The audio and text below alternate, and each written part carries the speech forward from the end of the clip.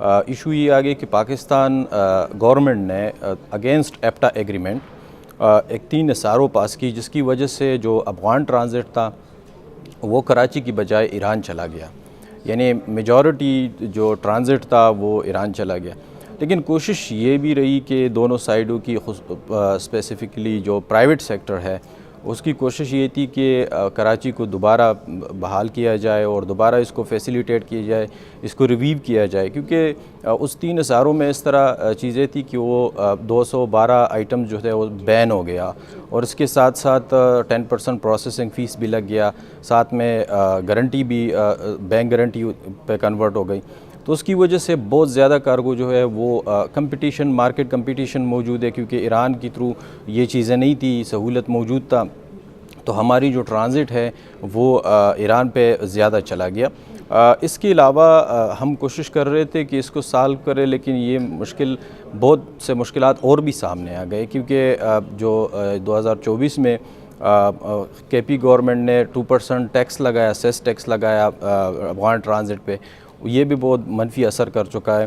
اس کے علاوہ ابھی جو ریسنٹلی ٹی پی ایل کے ساتھ گورنمنٹ کا کوئی ایشو آ رہا ہے، تو اس میں اسکورٹ کا پرابلم اور سکیننگ 100% کر دی گئی، تو اس کی وجہ سے میرا خیال ہے کہ افغان ٹرانزٹ جو ہے پاکستان کی تھرو سے کاسٹلی بھی ہو گیا اور ٹائم بھی ویسٹ ہو رہا ہے اس کی وجہ سے۔ تو میرا سجیشن یہ ہے کہ اب یہ ٹرانزٹ کو فیسیلیٹیشن کے لیے یہ جو پرانا ایپٹا ایگریمنٹ ہے اس کو بحال کیا جائے، اس کو دوبارہ اس میں ریویو کیا جائے، امینڈمنٹ اس میں ہو، تو تاکہ جو فیسیلیٹیشن آ جائے اور کراچی سے جو افغان ٹرانزٹ ہے وہ فیسیلیٹیٹ ہو جائے۔ تو یہ جو آپ کا Pak Afghan joint chamber of commerce ہے، اس کے فورم پر آپ یہ باتیں اٹھاتے ہیں؟ جی بالکل، ہماری جو پاک افغان جوائنٹ چیمبر ہے ہمیشہ کوشش کر رہی ہے، اور بہت سے میٹنگیں بھی ہو رہی ہے، لیکن وہ ہوتی ہے کہ پرائیویٹ سیکٹر کی بیس پہ ہوتی ہے، تو ہم ریکمینڈ تو بہت کرتے ہیں لیکن سالو مشکل نہیں ہوتا۔ بیسیکلی ہماری جو بدبختانہ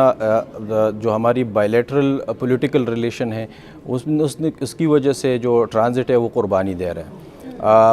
مثال کے طور پر جو بہت چیزیں پاک افغان جو گورنمنٹ ہے ان کے درمیان سالو نہیں ہو رہے پولیٹیکل بیس پہ، تو پریشر آ جاتا ہے ٹرانزٹ پہ۔ لیکن یہ بھی آپ کو بتاتے چلوں کہ جو پاکستان کا ٹرانزٹ ہے سنٹرل ایشیا وہ بہت سموتھلی جا رہی ہے اور فیسیلیٹیٹڈ بھی ہے افغان گورنمنٹ کی طرف سے۔ اچھا، تو پھر ادھر والے میں کیا مسئلہ ہے؟ مسئلہ بیسیکلی میں نے آپ کو پہلے بتایا کہ ایپٹا ایگریمنٹ جو ہے وہ امپلیمنٹڈ نہیں ہو رہا، اور بالکل یہ واقعات ہے کہ پاکستان کی کچھ کنسرن ہے کہ وہ اسمگلنگ کی ایشو ہے یا جو بھی ہے، لیکن آج کل میں آپ کو بتاتا چلوں کہ صحیح ہے کہ تھوڑی بہت بارڈر پہ شاید ہو رہی ہو، لیکن جنرلی جو پہلے ہو رہا تھا اسمگلنگ یا پرانے سالوں میں اس طرح اسمگلنگ ابھی نہیں۔ آپ کو لگتا ہے کہ اس کی جو ریشو ہے اس میں کمی آئی ہے؟ بہت زیادہ کمی نہیں بلکہ ختم ہو چکا ہے، تو میرا خیال ہے کہ انسٹیڈ آف کے، لیکن ہماری طرف سے تو یہ کہا جاتا ہے کہ اسمگلنگ عروج پر ہے۔ میں آپ کو بتاتا چلوں کہ افغان گورنمنٹ اتنا کوآپریٹو ہے کہ جس وقت پاکستان کا یہ کنسرن تھا تو سارے جو کراسنگ پوائنٹس ہیں، کیونکہ ابھی کراسنگ پوائنٹ کے علاوہ کوئی اسمگلنگ آتا ہی نہیں ہے، تو کراسنگ پوائنٹ پہ تھوڑی بہت آ رہی تھی کہ جو لوکل بچے ہوتے ہیں وہ لے کر آتے، تو اس کو بھی افغان گورنمنٹ نے روک دیا۔ یہ جو ہم نے بات کی ہے، انہوں نے کہا کہ پہلے کراچی تھا، پھر اس کے بعد یہ ہوا کہ ایران کی طرف، ظاہر ہے جب آپ فیسیلیٹیٹ نہیں کریں گے تاجر کو، بزنس مین کو، تو وہ اپنا ڈیسٹینیشن کہیں اور موڑ دے گا، ایسا ہی ہے نا؟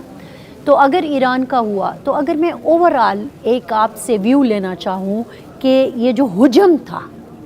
2021 کے بعد اور پہلے، اس میں کتنا فرق آیا ہے؟ میرے خیال میں تو میں سمجھتا ہوں کہ اگر حجم کی بات کریں گے تو percentage wise it has come down to some 22%، جو میں آبزرو کرتا ہوں۔ Yes of course, the rest اگر ملین میں پوچھوں، ملینز میں تو دیکھیں بہت بڑی ایک فگر ہوگی جو ہمارے یہاں سے اب ایران کو چلی گئی ہوئی ہے۔ ہم کچھ بھی کہیں کہ ہم اسٹریٹجیکلی لوکیٹڈ ہے، ہمارا یہ فائدہ وہ فائدہ، لیکن دیکھیں ٹریڈر دیکھتا ہے اپنے ایکسپینسز کو۔ اب اچھا، ایک مزے کی بات یہ ہے کہ ایک تو آپ کا ٹرانزٹ ٹریڈ میں اتنے مسائل ہیں کہ جن کو حل کرنے کی ضرورت ہے، اوپر سے کے پی گورنمنٹ نے انہوں نے 2% جو انفراسٹرکچر ایک سیس لگا دیا ہے، وہ ٹرانزٹ ٹریڈ کو اور ڈسکریج کر رہا ہے. تو وہ تو آپ کی حکومت ہے نا, آپ نے بات کی ان سے؟ دیکھیے ہمارے وہ بھائی بھی ہیں, میرے تو پڑوسی بھی ہیں, علی امین خان صاحب, میں نے ان سے بات کی ہے, لیکن وہ دیکھ رہے ہیں کہ یار ہمیں تو اتنا فائدہ ہو رہا ہے, ہماری گورنمنٹ کو 150 ملین کا فائدہ ہوا ایک مہینے میں. میں تو یہ کہوں گا کہ یہ کوئی ایک لاجک نہیں ہے کہ آپ کو 150 ملین کا اگر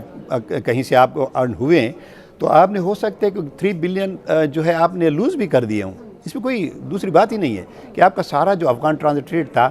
پہلے تو وہ ایران چلا گیا, جو بچ گیا تھا وہ چمن کے راستے سے جا رہا ہے, یہاں سے کون 2% دے ٹرانزٹ ٹریڈ کے اوپر. تو یہ چیزیں ہیں, یہ یعنی بجائے اس کی کہ آپ اس کو فیسیلیٹیٹ کریں, آپ اس کو سفوکیٹ کر رہے ہیں, آپ اس کو گلا گھونٹ رہے ہیں, تو کیسے آپ ایکسپیکٹ کریں گے کہ آپ ایک اچھی وائبرنٹ پورٹس ہیں آپ کی, کیا فائدہ ہے اس کا؟ اتنی state of the art ports ہیں آپ کی, بہت اچھی پورٹس ہیں آپ کی, ایشیا میں سب سے بیسٹ پورٹس ہیں, اور بڑی فریکوینسی ہے, بڑے ویسلز آتے ہیں یہاں پہ, شپس بڑے آتے ہیں, لیکن آپ اس کا کوئی فائدہ نہیں اٹھا رہے. ایک آخری بات جو میں پوچھنا چاہوں گی, ایسا لگتا ہے کہ سارا کچھ جو ہے وہ پاکستان کی طرف سے ہی ہو رہا ہے, آپ کی طرف سے میں کہنا چاہ رہی ہوں کہ افغانستان کی طرف سے بھی تو کچھ ایسے مسائل ہوئے ہوں گے کہ جس پر پاکستان نے اس طرح کی پالیسی بنائی, کیا ایسا ہے؟ میں آپ کو بتاتے چلوں کہ میں نے پہلے بھی بتا دیا کہ افغانستان کہ جو گورنمنٹ ہے اس نے پاکستانی جو ٹرانزٹ ہے سنٹرل ایشیا کو, پہلے ہماری جو دونوں سائیڈوں سے دو آئٹم جو تھے وہ نیگیٹو لسٹ میں تھے, افغانستان نے وہ نیگیٹو لسٹ بھی ختم کر دی. اچھا. دوسرا یہ کہ بائیلیٹرل ٹریڈ میں بھی پرابلم ہو رہی ہے, لیکن میرا نہیں خیال کی چھوٹی بڑی پرابلم کے علاوہ آج کی جو ٹیکنیکل پرابلم ہوتی ہے وہ شاید ہو, لیکن اس کے علاوہ پالیسی لیول پہ افغان گورنمنٹ کی طرف سے کوئی بھی ایسی پابندی نہیں ہے جس سے مطلب افغان پاکستانی ریسپروکل یا کوئی ایکٹ پر کر دے. صافی صاحب آپ کا بھی شکریہ, یعقوب صاحب آپ کا بھی شکریہ. ناظرین, آپ نے دیکھا کہ ایک چھوٹی سی جھلک یا تصویر ہم نے آپ کو دکھانے کی کوشش کی ہے کہ جب ہم پاک افغان ٹرانزٹ ٹریڈ کی بات کرتے ہیں تو اس کو کس طرح کی مشکلات کا سامنا ہے, اور مشکلات